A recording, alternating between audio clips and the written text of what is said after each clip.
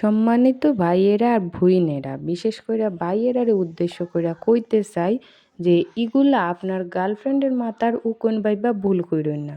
আমার জামাইরে কইছিলাম যে লুচি বইল্লা দেওয়ার লাগে আর লুচির মাঝে কালো জিরা দেওয়ার লাগে, তারপরে জামাইয়ের এই অবস্থা, কালো জিরা দিয়া এই অবস্থা করছে।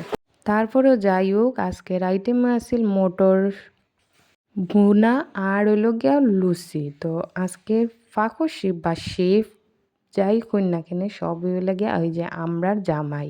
তো যাই হোক, মটর আর লুচিটা অনেক মজা হয়েছে। তো আপনারা যদি খাইতেছেন তাহলে অবশ্যই নিজে নিজের বাড়িতে বানাইয়া খাইবা, আর আমরার এগুলা দেখে কিন্তু লোভ দিবা না, কারণ এই কালো জিরা দেওয়ার পরে কিন্তু লুচির ফ্লেভারটাই অন্যরকম হয় আর মটরটার কালার সামনাসামনি অনেকটা সুন্দর।